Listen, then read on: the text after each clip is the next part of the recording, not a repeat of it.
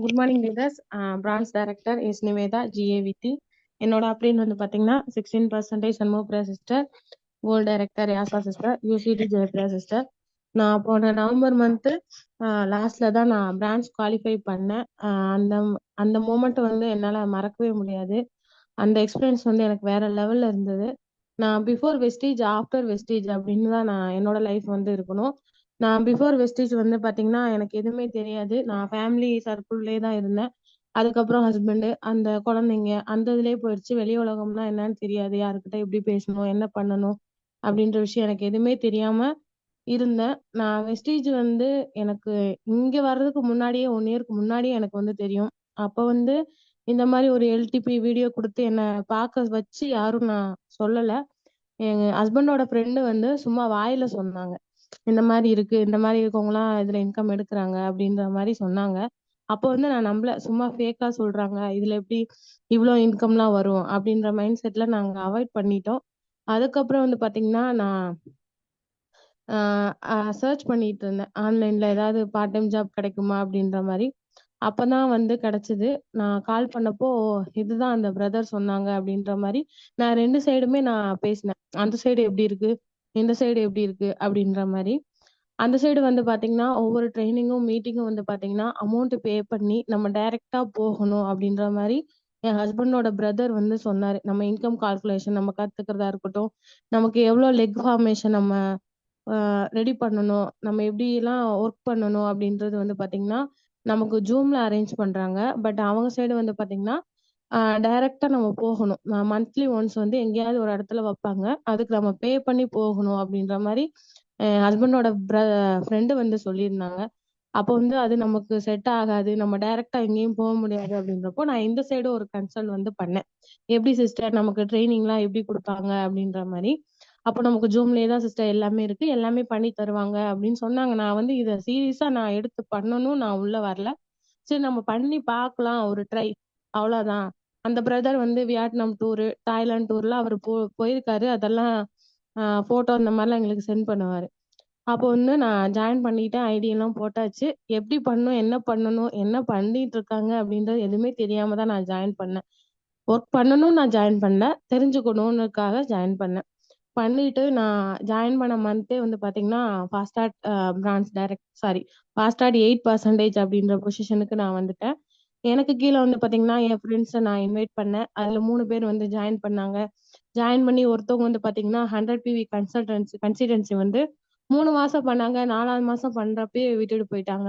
அதுக்கு கீழே இருந்த 2 பேருமே விட்டுட்டு போயிட்டாங்க. அப்போ வந்து என்னடா இது இப்படிதானா அப்படின்ற மைண்ட் செட்டுக்கு வரப்போ என்னோட அப்ளைன் வந்து பாத்தீங்கன்னா இந்த பிசினஸ் இப்படிதான் சிஸ்டர் இருக்கும், இதை நீங்க நின்னு பண்ணணும் அப்படின்றப்போ எனக்கு மைண்ட் வந்து ஆமா நம்ம நின்னு பார்ப்போம், இது எப்படி இருக்கு நம்ம பார்க்கணும் அப்படின்றதுக்காக நான் நின்னேன். நான் எப்பெல்லாம் நான் விடணும் நான் நினைக்கிறேனோ என்னோட அப்ளைன் வந்து என்னை விடல. அதாவது வெஸ்டீஜ் என்ன விடலைன்னு தான் நான் சொல்லுவேன். அப்படி போயிட்டே இருந்தது. அப்புறம் எனக்கு 12% வரப்போ வந்து ரொம்ப ஹாப்பியா இருந்தது. நான் குவாலிஃபை பண்றப்போ ரொம்ப சந்தோஷமா இருந்தது.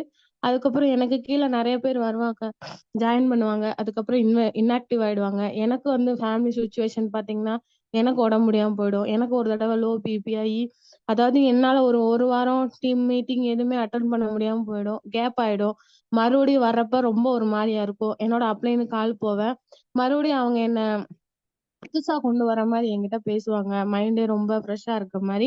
மறுபடியும் நான் முதல்ல இருந்து ஸ்டார்ட் பண்ணுவேன். இந்த மாதிரி நிறைய ஸ்ட்ரகிள் எனக்கு வந்திருக்கு. அதுக்கப்புறம் 12 வந்ததுக்கு அப்புறம் வந்து பாத்தீங்கன்னா என்னோட ஒர்க் எல்லாம் அதாவது அதிகப்படுத்தினேன். அதாவது எல்டிபில இருந்து கால் பேசுறதுல இருந்து எல்லாத்தையுமே நான் அதிகப்படுத்தினேன். அப்ப எங்க வீட்ல வந்து சின்ன ஸ்ட்ரகிள் ஆயிடுச்சு. என்னன்னா நீ எப்ப பாரு போனே யூஸ் பண்ற, இனிமே நீ போனே யூஸ் பண்ணக்கூடாது அப்படின்ற மாதிரி போன் எல்லாம் வாங்கி வச்சுட்டாங்க. நான் நோட் பண்ணி வச்சிருந்தது எல்லாம் கிழிச்சு போட்டாங்க. போனை வந்து 2 நாள் என்கிட்ட கொடுக்கவே இல்லை, அவங்களே வச்சுக்கிட்டாங்க. நீ எப்படி நீ பண்ற நான் பாக்குறேன், இனிமே நீ பண்ணவே கூடாது அப்படின்ற மாதிரி எல்லாம் சொல்லியிருந்தாங்க. அதுக்கப்புறம் வந்து பாத்தீங்கன்னா நான் அவங்க கிட்ட நான் இதை பண்ண விடலைன்னா நான் இங்க இருக்க மாட்டேன் அப்படின்ற மாதிரி பெரிய சண்டையாகி, அதுக்கப்புறம் வீட்டை விட்டு போற மாதிரி ஆகி, அதுக்கப்புறம் ஓகே சொன்னாங்க. ஓகே சொல்லிட்டு இப்போ என்னோட ஹஸ்பண்ட் வந்து எனக்கு பெரிய சப்போர்ட் பண்றாங்க, ரொம்ப பண்றாங்க. நீ அவார்ட் ஃபங்க்ஷன் போறதுக்கு நான் என்னென்னலாம் பண்ணணும், எப்படியெல்லாம் பண்ணணும், என்னை விட இப்ப அவங்க பயங்கரமா யோசிக்க ஆரம்பிச்சிட்டாங்க. முதல்ல எந்த விஷயம்னாலும் உனக்கு எதுவுமே தெரியாது, நீ இவ்வளவுதான் அப்படின்ற மாதிரி சொன்னவங்க இப்ப அந்த வார்த்தை சொல்றதுக்கு கூட யோசிக்கிறாங்க. உனக்கு ஒண்ணும் தெரியாது அப்படின்னு சொல்றத வந்து யோசிச்சு சொன்னாலும் கூட சாரி தெரியாம சொல்லிட்டேன். உனக்கும் எல்லாம் தெரியும்.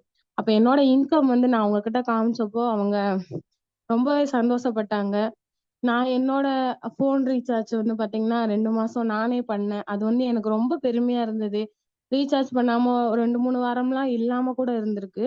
அந்த மாதிரி டயத்துல எல்லாம் பண்ணி விடுங்க பண்ணி விடுங்க நான் கெஞ்சிட்டே இருக்க மாதிரி இருக்கும். நான் அந்த 2 மாசம் நானா பண்றேன் அப்படின்றப்போ எனக்கு ரொம்ப பெருமையா இருந்தது. அதுக்கப்புறம் வந்து பாத்தீங்கன்னா நான் இருக்கிறது வந்து கேரளா. இங்க வந்து தமிழ்காரவங்க யாருமே கிடையாது. எல்லாம் மலையாளி தான். இங்க வந்து பாத்தீங்கன்னா அவ்வளவா ஐடி எடுக்கிறதுல இருந்து எல்லாமே ரொம்ப கஷ்டப்பட்டு தான் நான் இந்த பிசினஸ்ல நான் நிக்கிறேன். எனக்கு எந்த சப்போர்ட்டும் இல்லாம நான் வந்தேன். இப்ப எனக்கு நல்ல சப்போர்ட் இருக்கு. அதுக்கப்புறம் வந்து பாத்தீங்கன்னா நம்ம ஊர்லன்னா பக்கத்துல எல்லாம் போய் பேசுவோம். அதாவது துணைக்கு ஆள் இருப்பாங்க. இங்க வந்து துணைக்கு ஆள் இருக்க மாட்டாங்க. நானா தனியா இருக்கணும். பாப்பா அவங்க ஸ்கூல் போயிருவாங்க. எனக்கு வந்து இந்த நான் பிசினஸ்ல வரும்போது எனக்கு ஒரு வயசுல ஒரு குழந்தை எனக்கு இருந்தது. இப்போ எங்க பாப்பாக்கு 2 வயசு ஆக போகுது. நான் இது ஜாயின் பண்ணி 1 இயர் ஆகுது. எனக்கு பேச்சு துணைக்கு கூட ஆள் இருக்காது. பாப்பா தூங்கிட்டாங்கன்னா நான் கழுவுன விடவே கழுவிட்டு தொடச்சதவே தொடச்சிட்டு அந்த மாதிரி ஒரு என்னடா அப்படின்ற ஒரு மைண்ட் செட்ல இருந்தேன். எனக்கு பேச்சு துணைக்கு கூட ஆள் இல்ல. நம்ம என்ன லைஃப் இது அப்படின்ற மைண்ட் செட் இருந்தேன். இப்போ நான் வீட்ல இருந்து நான் ஒரு பிசினஸ் பண்றேன். என்னோட ஷெட்யூல் வந்து ரொம்ப பிஸியா இருக்கு. முதல்லாம் சும்மா ரிலேஷன்கிட்ட எல்லாம் ஃபோன் பேசி சும்மா என் டைம் வேஸ்ட் பண்ணிட்டு இருப்பேன்.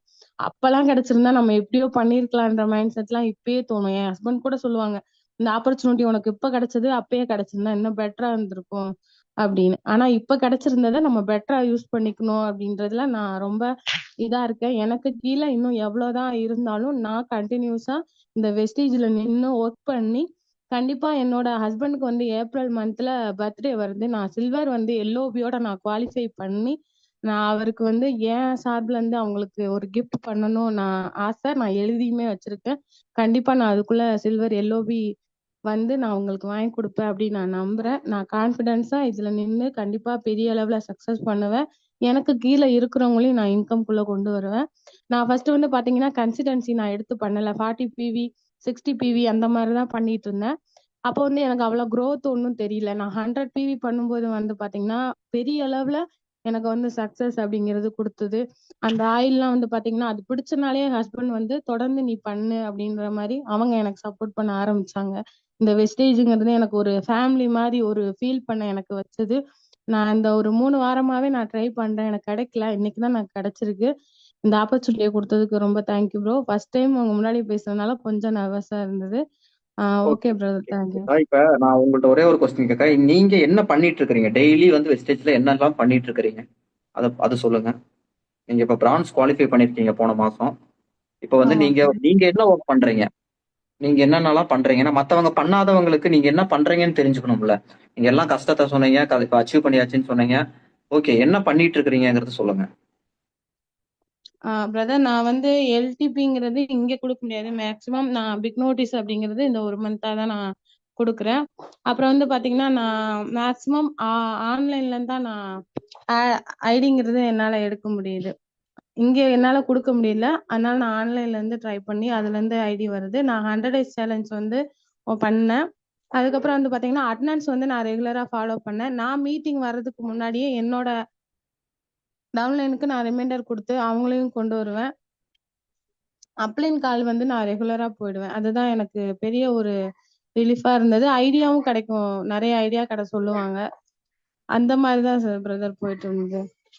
Okay okay sister, thank you so much. Okay, thank you இங்க பிரதர். பாருங்க, இவங்க ஒரு வார்த்தை சொன்னாங்க.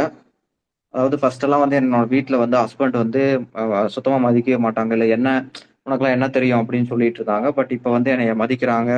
ஒரு வேல்யூ வந்து அவங்க ஃபீல் பண்றாங்க அப்படின்னு சொன்னாங்க. அந்த ஒரு விஷயம் தான். ஓகேங்களா? அது எங்க கிடைக்கும்? வாழ்க்கை ஃபுல்லா நம்ம வந்து நம்மளோட நிலைமை மாறணும், நமக்குன்னு ஒரு ஐடென்டிட்டி வேணும் அப்படின்னா கண்டிப்பா இந்த வெஸ்டேஜ் வாய்ப்பை ரொம்ப சின்சியரா எடுத்து பண்ணுங்க. இவங்களால முடிஞ்சிருக்கு அப்படின்னா உங்களாலையும் முடியும்.